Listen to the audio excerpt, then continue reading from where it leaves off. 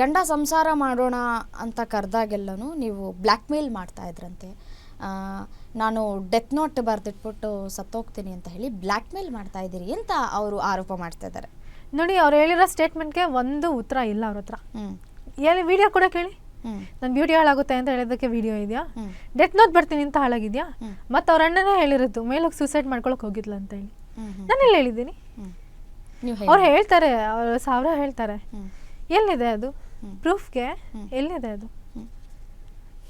ಈಗ FIR ದಾಖಲಾಗಿದೆ ಈ ವಿಚಾರಕ್ಕೆ ಸಂಬಂಧಪಟ್ಟಂತೆ. ನಿಮ್ಮಿಬ್ಬರ ಕಾನ್ವರ್ಸೇಷನ್ನೇ ಇವಾಗ ಸದ್ಯಕ್ಕೆ ಮೇನ್ ಹೈಲೈಟ್ ಆಗ್ತಾ ಇರೋದು. FIR ಆಗಿದೆ, ನೀವು ಕೂಡ ಪ್ರತಿ ದೂರು ಕೊಟ್ಟಿದ್ದೀರಿ. ಅವರ FIRನಲ್ಲಿ ಏನೆಲ್ಲ ವಿಚಾರಗಳನ್ನ ಹೇಳಿದ್ದಾರೆ ಅಂತ? ಫಸ್ಟು ಹೊಡೆದಾಗ ನಮ್ಮ ಮನೇಲಿ ಬೇಡ ಅಂತ ಹೇಳಿದ್ರು, ಸರಿ ನಾನು ಬಿಟ್ಬಿಟ್ಟಿದ್ದೆ. ಇಲ್ಲಿ ತುಂಬ ಹರಾಸ್ಮೆಂಟ್ ಆದಮೇಲೆ 12 ಗಂಟೆಗೆ ಹೋಗಿ ನಾನು ಫಸ್ಟ್ ಸ್ಟೇಷನಲ್ಲಿ ಕಂಪ್ಲೇಂಟ್ ಕೊಟ್ಟಿದ್ದು. ದೂರೆಲ್ಲ ನಂದೇನೆ. ಸರು ನೆನ್ನೆಯಿಂದ ಫೋನ್ ಮಾಡಿದ್ದಾರೆ, ಕೂತ್ಕೊಂಡು ಮಾತಾಡೋಣ ಅಂತ ಹೇಳಿ. ಆ್ಯಸ್ ಎ ಗರ್ಲ್ ಆಗಿ ನಾನು ಈ ಥರ ಫೈಟ್ ಮಾಡ್ತೀನಿ. ಆ್ಯಸ್ ಎ ಬಾಯ್ ಆಗಿ ಅವರು ಅಲ್ಲಿ ಬಂದು ಮಾತಾಡಬೇಕು. ಈಗ ಫ್ಯಾಮಿಲಿ ಕೂರ್ಸಿ ಮಾತಾಡಿ ಅಂತ ಹೇಳಿದ್ದಾರೆ. ನಮ್ಮ ಮನೇಲಿ ಬಂದು ಅವಮಾನ ಮಾಡೋಕ್ಕಾಗುತ್ತೆ, ನಾವು ಕೂರ್ಸಕ್ಕೆ ರೆಡಿ ಇದ್ದೀವಿ. ಅವ್ರ ಫ್ಯಾಮಿಲಿನ ಕರ್ಕೊಂಬರೋಕ್ಕಾಗಲ್ವಾ ತೊಂದರೆ ಇದ್ದರೆ? ಮತ್ತು ಇನ್ನೊಂದು ಏನಂತ ಹೇಳಿದರೆ, ನಮ್ಮ ಮನೆ ಹತ್ರ ಬಂದೆಲ್ಲ ಗಲಾಟೆ ಮಾಡೋಕ್ಕಾಗುತ್ತೆ. ನಮ್ಮ ಮನೇಲಿ ಫಂಕ್ಷನ್ ಮಾಡಿ ನಿಮ್ಮ ರಿಲೇಷನ್ ಕಾಂಟ್ಯಾಕ್ಟ್ ನಂಬರ್ ಕೊಡಿ ಅಂದರೆ ರಿಲೇಷನ್ನೇ ಕೇಳಿ ಕಾಂಟ್ಯಾಕ್ಟ್ ನಂಬರ್ ಕೊಡ್ತಾರಂತೆ. ಎಲ್ಲರೂ ಇದೆಯಾ ಮ್ಯಾಮ್?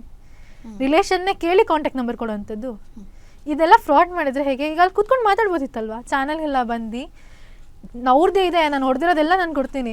ಬಟ್ ನಾನು ಗರ್ಲ್ ಆಗಿ ನಾನು ಬಂದಿಲ್ಲ. ಅವ್ರು ಹೇಳ್ತಾರೆ ನಾನು ದೊಡ್ಡವರು, ನಾನು ಅದನ್ನು ಓದಿನಿ, ನೀನು ಜಸ್ಟ್ ಕಾಮರ್ಸು, ನಾನು ಸೈನ್ಸ್ ಓದಿದ್ದೀನಿ, ನಿನಗಿಂತ ತಲೆ 10 ಪಟ್ಟು ಇದೆ, ನನಗೆ ಫೇಸ್ ಮಾಡ್ತೀಯ ಅಂತ ಹೇಳಿದಾಗ ಅಲ್ಲಿ ಬಂದು ಮಾಡ್ಬೋದಲ್ವಾ? ಜೆನ್ಯೂನ್ ಆಗಿದ್ದರೆ ಈ ಥರ ಬಂದು ಮಾಡಿ ಒಂದು ಹುಡುಗಿ ಮಾನ ಮರ್ಯಾದೆ ತೆಗ್ದು ಏನು ಎದುರ್ಕೊಳ್ಳೋಂಥದ್ದಿಲ್ಲ ಮ್ಯಾಮ್. ನಾನು ವಿಡಿಯೋ ಕೊಡ್ತೀನಿ ನಿಮಗೆ. ಓಕೆ, ಇನ್ನೊಂದು ವಿಚಾರ ಏನಪ್ಪ ಅಂತಂದರೆ, ಇಷ್ಟು ವರ್ಷ ಅಪ್ಪ ಅಮ್ಮ ನಮ್ಮನ್ನು ಸಾಕಿ ಬೆಳೆಸಿ ವಿದ್ಯಾಭ್ಯಾಸ ಕೊಡಿಸಿರ್ತಾರೆ.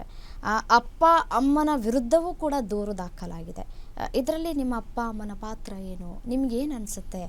ಅಬ್ವಿಯಸ್ಲಿ ಅಪ್ಪ ಅಮ್ಮ ಅಂತ ಬಂದಾಗ ಸ್ವಲ್ಪ ಕರಳು ಚುರುಕು ಅನ್ನತ್ತೆ. ನಾವು ಏನೇ ಮಾಡಿದ್ರೂ ನಮ್ಮ ತಂದೆ ತಾಯಿ ಸಪೋರ್ಟ್ ಮಾಡ್ತಾರೆ ಅನ್ನೋದು ಇದ್ದೇ ಇರುತ್ತೆ. ಬಟ್ ನಿಮ್ದೇನೂ ತಪ್ಪು ಇಲ್ಲ ಅಂದಾಗ ನಿಮ್ಮ ಅಪ್ಪ ಅಮ್ಮನ ವಿರುದ್ಧ ಯಾಕೆ ದೂರು ದಾಖಲಾಯಿತು ಅಂತ? ಫಸ್ಟ್ ಟೈಮ್ ಅವ್ರು ಹೇಳಿದ್ರು, ಬೇಡಮ್ಮ ಮನ ಮರ್ಯಾದೆ ಹೋಗುತ್ತೆ, ನಮ್ಮ ತಂದೆ ತುಂಬ ಅನಿಸ್ತಾರೆ, ಮನ ಮರ್ಯಾದೆ ಹೋಗುತ್ತೆ ಬೇಡಮ್ಮ ಅಂತ ಹೇಳಿದರು. ಸರಿ ಅಂದ್ಬಿಟ್ಟು ನಾನು ಕೊಟ್ಟಿಲ್ಲ, ಸುಮ್ಮನೆ ಆಗಿಬಿಟ್ಟೆ. ಮತ್ತು ಇನ್ನೊಂದು ದಿವಸ ಹಾಗೆ ಮಾಡ್ತಾರೆ, ಫ್ಯಾಮಿಲಿಯೆಲ್ಲ ಬಂದು ತುಂಬಾ ಅಪ್ಪಂಗೆ ಅವಮಾನ ಆಗಲಿ ಅಂತ ಹೇಳಿ ಎಲ್ಲ ಮಾಡಿ ಮನೆ ಮಾಡೋ 1 ತಿಂಗಳಾಗಿದೆ. ಬಟ್ ನಾವು ಇದನ್ನು ಸ್ಟೇಟ್ಮೆಂಟ್ ಹೇಳೋಕ್ಕೋಸ್ಕರನೇ ನಾವು ಬಂದಿದ್ದೀವಿ ಅಂತ ಹೇಳ್ತಾರೆ. ಅಲ್ಲೂ ನಾನು ಏನೂ ತಿರುಗಿಸಿ ಮಾತಾಡೋಲ್ಲ. ನಮ್ಮ ಫ್ಯಾಮಿಲಿ ಹೇಳ್ತಾರೆ ಅಂತ ಹೇಳಿ ವಾಪಸ್ಸು ಹೋಗ್ತೀನಿ, ಅವ್ರ ಜೊತೆನೇ ಬರ್ತೀನಿ. ಮತ್ತೆ ಅದೇ ಮಾಡಿದಾಗ ಎಷ್ಟು ದಿವಸ ಅಂತ ನಾನು ನೋಡಲಿ? ಒಂದು ಹೆಣ್ಣು ತಿಳ್ಕೊಂಡಿದ್ದೀನಿ, ಎಲ್ಲನೂ ಸಹಿಸ್ಕೊಂಡಿದ್ದೀನಿ. ಹಿಂಗೆ ಬಿಟ್ಬಿಟ್ರೆ ಹಿಂಗೆ ಹೆಣ್ಮಕ್ಳಿಗೆ ಹರಾಸ್ಮೆಂಟ್ ಮಾಡ್ತಿರ್ತಾರೆ, ನಂಗೆ ಡೈವರ್ಸ್ ಕೊಡ್ತಾರೆ, ಆಮೇಲೆ ಅದೇ ಬಿಸ್ನೆಸ್ ಇನ್ನೊಂದು ಮದುವೆ ಆಗ್ತಾರೆ. ಅದಕ್ಕೇ ಅವತ್ತು ನಾನು ಇಲ್ಲ, ನಾನು ಸ್ಟ್ರಾಂಗಾಗಿ ನಿಂತ್ಕೋಬೇಕು, 12 ಗಂಟೆ ಆದರೂ ಪರವಾಗಿಲ್ಲ ಅಂತ ಹೇಳಿ ನಾನು ಹೋಗಿ ಸ್ಟೇಷನಲ್ಲಿ ಕಂಪ್ಲೇಂಟ್ ಕೊಟ್ಟೆ. ಆಮೇಲೆ ಮನೇಲಿ ಗೊತ್ತಾಯಿತು. ಅವರು ಫಸ್ಟ್ ಅಕ್ಸೆಪ್ಟ್ ಮಾಡ್ಕೊಳ್ಳಿಲ್ಲ, ಮಗಳ ಜೀವನ ಹಾಳಾಗೋಗುತ್ತೆ ಅಂತೇಳಿ. ನಿಧಾನಕ್ಕೆ ಇವರು ಸಾಯಿಸೋ ಮಟ್ಟಿಗೆ ಬರ್ತಾರೆ ಅಂತಂದರೆ ಹೊಡೆದು ಮನೆಯಿಂದ ಹೊರಗಡೆ ಹಾಕಿ ಒಂದು ಕನಿಕರ ಬೇಡವ ಮ್ಯಾಮ್? ಹೆಣ್ಮಕ್ಳು ಎಲ್ಲಿಗೆ ಹಾಕಿದ್ರೆ ಎಲ್ಲಿ ಹೋಗ್ತಾಳೆ ಅಂತ ಇಷ್ಟೆಲ್ಲ ಮಾತಾಡ್ತಾರಲ್ಲ. ಅದಕ್ಕೆ ನಾನು ಕೊಟ್ಟಾಗ ಈಗಲೂ ಎಕ್ಸೆಪ್ಟ್ ಇಲ್ಲ. ಬಟ್ ಅವ್ರಿಗೂ ಬೇಜಾರಾಗುತ್ತೆ. ಇವಾಗ ಈಗ ನಮ್ಮ ಮಗಳು ಚಾನಲ್ಗೆ ಹೋಗಿ ನಿಂತ್ಕೋಬೇಕು ಮಾಡಬೇಕು ಅಂದರೆ, ಸ್ಟೇಷನ್ಗೆ ಹೋಗಬೇಕು ಅಂದರೆ ಅವ್ರಿಗೂ ಬೇಜಾರಾಗುತ್ತೆ. ಸೊ ಅಪ್ಪ ಅಮ್ಮ ಇವಾಗ ನಿಮ್ಮ ಪರವಾಗಿ ನಿಂತಿದ್ದಾರೆ, ಸಪೋರ್ಟ್ ಮಾಡ್ತಾ ಇದ್ದಾರೆ. ಅಂದರೆ ಈ ವಿಡಿಯೋ ಎಲ್ಲ ಸಡನ್ನಾಗಿ ಆಗಿದೆ. ಈಗ ಅಮ್ಮ ಊರಿಂದ ಬರಬೇಕು, ಮೈಸೂರಿಂದ ಬರ್ತಾರೆ. ಓಕೆ, ಈಗ ಎಲ್ಲಿ ಉಳ್ಕೊಂಡಿದ್ದೀರಿ ನೀವು? ನಾನು ಡೈಲಿ ಅಪ್ ಆ್ಯಂಡ್ ಡೌನ್ ಮಾಡ್ತಾ ಇದ್ದೀನಿ ಮ್ಯಾಮ್. ನಾನು ಅದೇ KSOL ವರ್ಕ್ ಮಾಡ್ತಾ ಇರೋದು. ಇನ್ನೊಂದು 15 ಡೇಸ್ಗೆಲ್ಲ ನಾನು ಮೈಸೂರಿಗೆ ಟ್ರಾನ್ಸ್ಫರ್ ತೊಗೊಂಡ್ಬಿಡ್ತಾ. ಯಾಕಂದರೆ ನನಗೂ ಹೆಲ್ತ್ ಇಶ್ಯೂಸ್ ಇದೆ, ಇವ್ರು ತಿನ್ನೋಕೆ ಕೊಡ್ತಿಲ್ಲ, ಮಾಡ್ತಿರ್ಲಿಲ್ಲ, ನಂಗೆ ಬ್ಲಡ್ ಎಲ್ಲ ತುಂಬ ಇದೆ.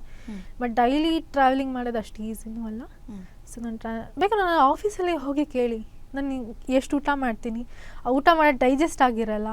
ಯಾಕಂದರೆ ನಾನು ಅವ್ರ ಮನೇಲಿ ಇದ್ದಾಗ ಒಂದು ಮನುಷ್ಯಲು ಅಂತ ನೋಡ್ದೇನೆ, ನೀನು ಹೆಂಡತಿ ಕೆಲಸ ಮಾಡಲ್ಲ ಅಂತಿದ್ರು. ಅವ್ರ ಮನೆ ಕೆಲಸ ಮಾಡಿ ಊಟ ತಿಂದು ಹಂಗಿಸ್ತಿದ್ರು ಅಂತೇಳಿ ನಾನು ಊಟ ಮಾಡಿದೆ. 5:30ಗೆ ಎದ್ದು ಅವ್ರ ಮನೆ ಕೆಲಸ ಮುಗಿಸಿ 3 hours ನಡ್ಕೊಂಡು ಹೋಗಿ, ಬಸ್ಸಿಲ್ಲ ಅವ್ರ ಏರಿಯಾದಿಂದ, 2 hours ಕೆಲಸ ಮಾಡಿ ಆಫೀಸಲ್ಲಿ ಕೆಲಸ ಮುಗಿಸಿ ಮತ್ತೆ ಹೊರಗಡೆ ತಿನ್ಕೊಂಡು ಮತ್ತೆ 2 hours ಜರ್ನಿ ಮಾಡ್ಕೊಂಡು 3 hours ನಡ್ಕೊಂಡು ಬಂದು ಮತ್ತೆ ನಾನು ಮನೆಗೆ ಬರ್ತಿದ್ದು. ಅಲ್ಲೂ ಅಷ್ಟೇ ಕೆಲಸ ಆಗ್ತಿಲ್ಲ ಅಂತ ಹೇಳ್ತಿದ್ರು. ಅಷ್ಟು ಹೆಲ್ತ್ ಇಶ್ಯೂಸ್ ಆಗಿಬಿಟ್ಟಿತ್ತು ನನಗೆ ತುಂಬಾ. ನೀವು ಹೇಳ್ತಾ ಇದ್ದೀರಿ ಊಟನೇ ಹಾಕೋದಿಲ್ಲ ನನಗೆ, ಅಷ್ಟು ಹಿಂಸೆ ಫೋಟೋದಲ್ಲಿ ನೋಡಿದ್ರಲ್ಲ ಹೇಳ್ತಿದ್ದೀರಲ್ವಾ. ನಿಜಕ್ಕೂ ಆ ವಿಚಾರ ಕೇಳಿದಾಗ ಒಬ್ಬ ಮನುಷ್ಯ ಬದುಕೋದೆ ಊಟಕ್ಕೋಸ್ಕರ, ಅದೇ ಇಲ್ಲ ಅಂದಾಗ ನನಗೆ ಒಂಥರ ನೋವಾಗ್ತಾ ಇದೆ. ಅದೆಲ್ಲನೂ ನೀವು ಯಾವ ರೀತಿಯಾಗಿ ಸಹಿಸ್ಕೊಂಡ್ರಿ? ನಿಜಕ್ಕೂ ಹೆಣ್ಣು ಹುಟ್ಟಿರೋದೇ ಎಲ್ಲನೂ ಸಹಿಸ್ಕೊಳ್ಳೋಕ್ಕ ಅಂತ ಅನ್ಸ್ಬಿಡುತ್ತಲ್ವಾ?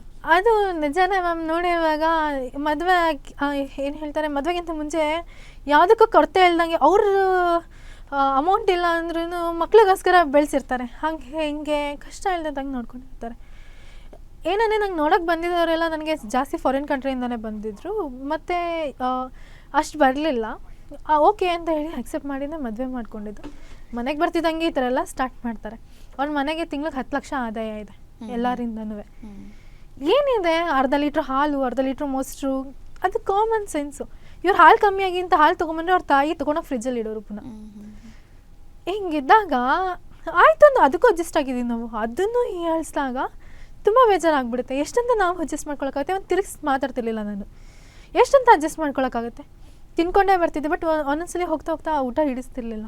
ಬೇಡ ಅಂತ ಹೇಳಿ ಹೊರಗಡೆ ಊಟ ಮಾಡಿರೋದು ಇದೆ. ಓಕೆ. ಪ್ರತಿಯೊಂದು ಹೆಣ್ಣು ಮಕ್ಕಳಿಗೂ ತಾಯಿ ಒಂಥರ ಮದುವೆ ಆದಮೇಲೆ ಅವರೇ ನಮಗೆ ಧೈರ್ಯ, ಸ್ಥೈರ್ಯ ಎಲ್ಲವೂ ಕೂಡ ತಾಯಿ. ಬ್ಯಾಕ್ ಬೋನ್ ಅಂದರೆ ತಪ್ಪಾಗಲಿಕ್ಕಿಲ್ಲ ತಾಯಿನ.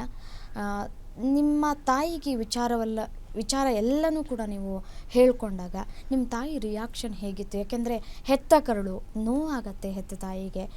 ನನ್ನ ಮಗಳನ್ನು ನಾವು ಇಷ್ಟು ವರ್ಷ ಗಿಣಿ ಥರ ಸಾಕಿ ಗಿಡಗನ ಕೈಲಿ ಕೊಟ್ಬಿಟ್ವಲ್ಲಪ್ಪ ಅನ್ನೋದು ಪ್ರತಿ ತಾಯಿಗೂ ಇದ್ದೇ ಇರುತ್ತೆ. ನಿಮ್ಮ ತಾಯಿ ಯಾವ ರೀತಿಯಾಗಿ ನಿಮ್ಮ ಜೊತೆ ನಡ್ಕೊಳ್ತಾ ಇದ್ರು, ಯಾವ ರೀತಿಯಾಗಿ ಸಮಾಧಾನ ಮಾಡ್ತಾಯಿದ್ರು ಅಂತ?